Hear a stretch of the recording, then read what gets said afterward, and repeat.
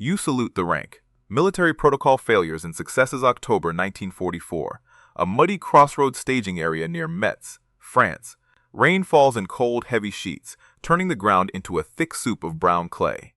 Dozens of Sherman tanks sit idling, their exhaust pipes spitting gray smoke into the damp air as drivers wait for the signal to advance. Suddenly, a sharp argument breaks out at the front of the column, halting the entire convoy in its tracks. A newly arrived officer stands firm, refusing to salute or take orders from his superior because of a petty grudge over background and status. The line of armor stretches back for miles, perfectly still, while German artillery crews miles away begin adjusting their sights toward the stationary targets. It is a dangerous display of insubordination that threatens hundreds of American lives. But a dark green command jeep is already cutting through the mud toward the disruption. This is the story of what happened when an arrogant young officer halted an entire armored column over a matter of personal pride and pedigree. Before we continue, make sure you subscribe. We tell the World War II stories that show what happened when prejudice met consequences. Captain Bill Harris was 35 years old, hailed from a wheat farm in Kansas, and served with the 7th Armored Division.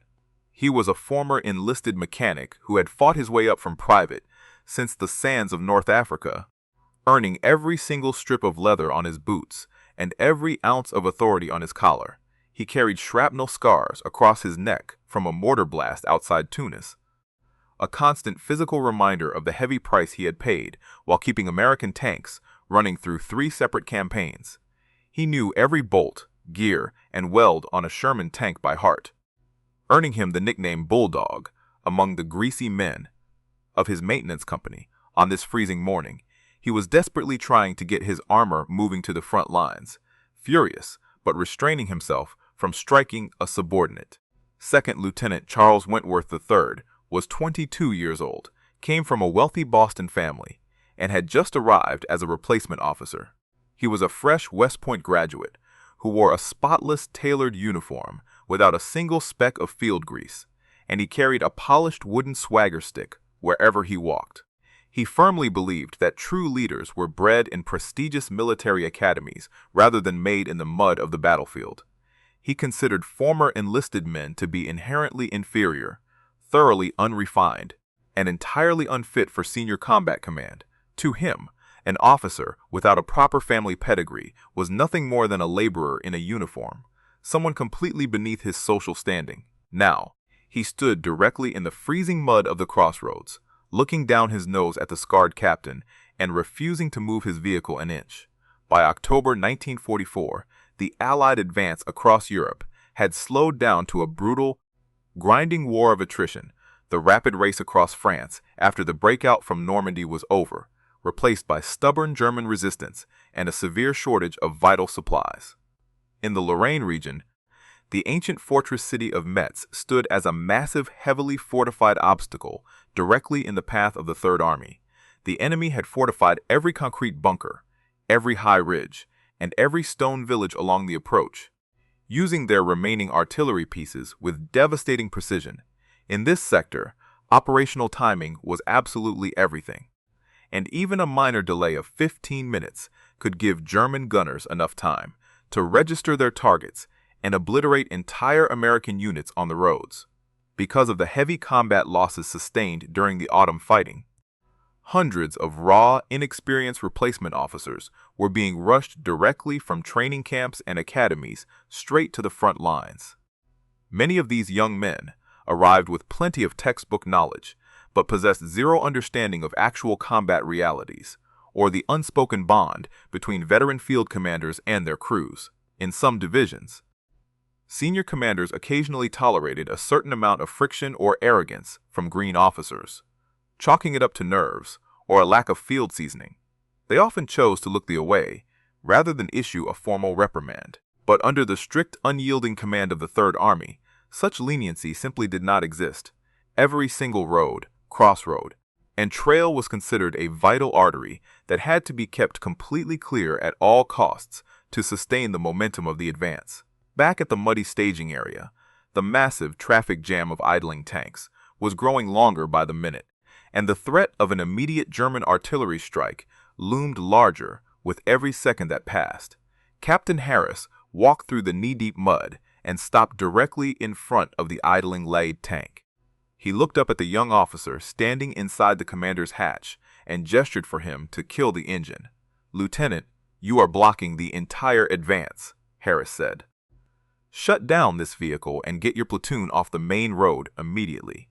Lieutenant Wentworth looked down from the turret, casually tapping his polished swagger stick against his leather glove. "I have explicit orders to deploy my vehicles at the head of the formation, Captain, and I intend to execute those orders exactly as written." Harris wiped the freezing rain from his scarred neck and stepped closer to the hull. "Your deployment orders are overwritten by the fact that your tanks are creating a 3-mile bottleneck right in the middle of an active artillery registration zone. Move these tracks into the tree line now." "I do not take tactical direction from a man who learned his business grease-monkeying in a motor pool," Wentworth replied, his voice loud enough for the nearby crewmen to hear. "West Point teaches us to lead from the front, not to hide in the brush at the first sign of a little mud." Harris clenched his fists inside his pockets, his jaw tightening as he kept his temper in check. "You will respect my rank, Lieutenant, and you will obey my direct command before you get these men killed," Wentworth sneered, adjusting his spotless garrison cap. "You might wear the tracks of a captain on your collar, sir, but you do not possess the pedigree or the breeding of a true officer. I will not salute a battlefield promotion, and I certainly will not alter my platoon's movement for an enlisted man who got lucky in Africa." The crews of the nearest tanks went completely silent, watching the two men from their open hatches. The roar of distant German artillery echoed across the valley, a grim reminder that time was rapidly running out. Harris stepped back from the tank, his face hard as stone. "You are officially refusing a direct command in a combat area, Lieutenant. This is far above my pay grade now." The veteran captain turned on his heel and marched back toward the radio truck to notify headquarters.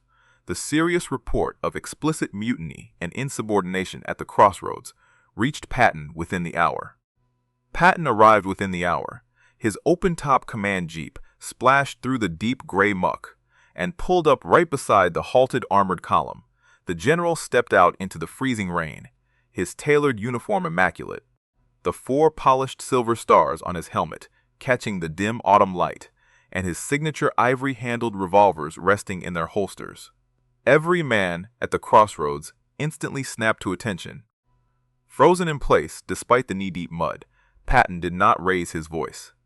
His presence alone stopped the rain from mattering. He walked directly toward the lead tank, where the young lieutenant was standing, his boots sinking into the wet clay with every deliberate step. "What is the reason for this delay, Lieutenant?" Patton asked. Lieutenant Wentworth stood tall, adjusting his gloves. "General, this man is a battlefield promotion, sir. He has no proper officer pedigree and lacks the academy training required to dictate my platoon's deployment. Did you refuse a direct order to move your vehicles off this road?" Patton asked. "I did, sir, because a West Point officer should not take tactical commands from a former enlisted mechanic," Wentworth replied. Patton studied him for a long, quiet moment. His voice remained dead cold, but it carried perfectly across the silent staging area. "You don't salute the man, Lieutenant, you salute the rank, and you sure as hell don't halt my tanks. You stand here in a spotless uniform talking about pedigree, while these men face German artillery," Patton said. "You believe an academy degree makes you superior to a man who bled in the sands of Tunisia. You think your family name protects you from the realities of an active combat zone. Battlefield promotions are paid for in blood, not in tuition," Patton continued.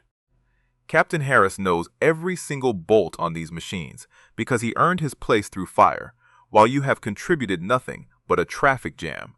Your arrogance is a direct threat to every American soldier on this line. I will not tolerate men who value their personal pride over the lives of their commands. You have disrupted a vital advance because you feel too elite to get your boots dirty under a veteran's leadership. Now, you have a choice.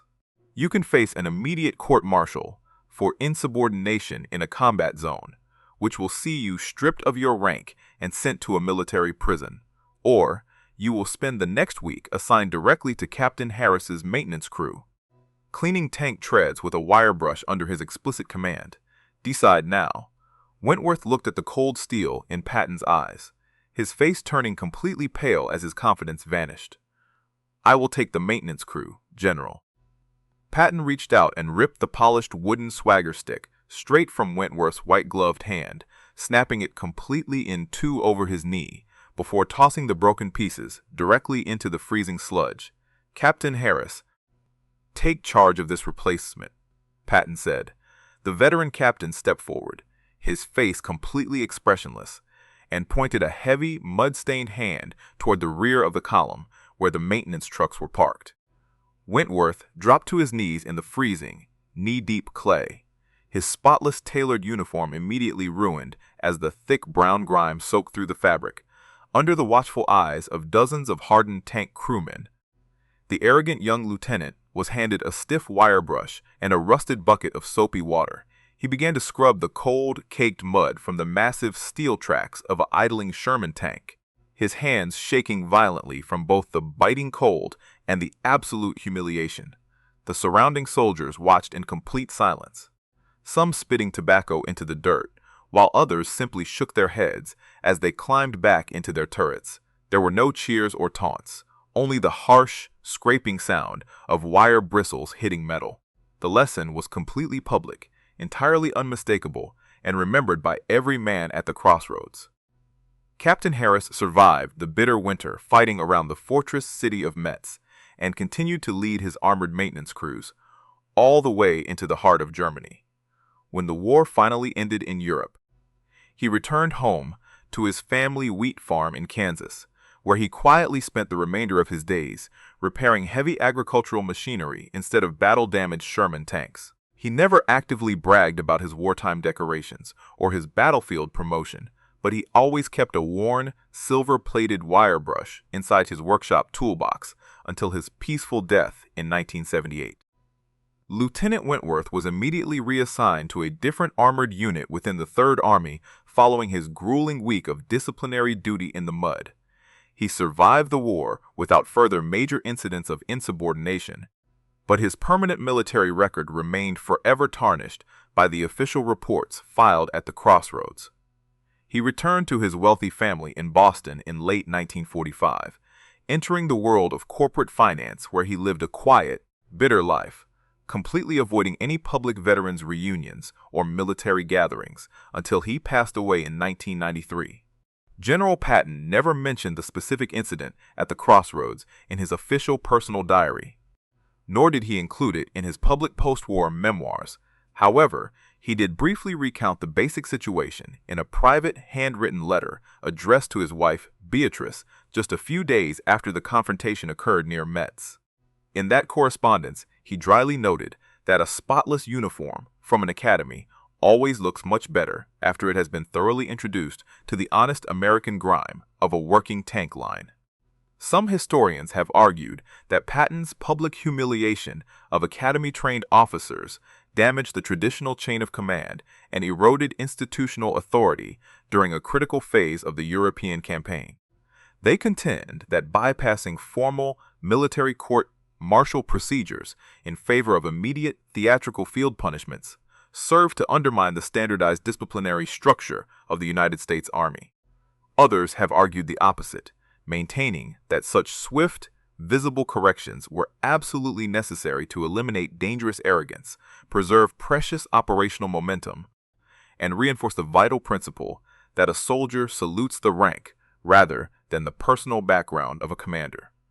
What is certain is that the armored advance resumed immediately. If you had been in Patton's position, would you have done the same, or would you have offered a softer alternative like a private reprimand? Let us know in the comments. And if you want more stories about what happened when prejudice met consequences, make sure to subscribe.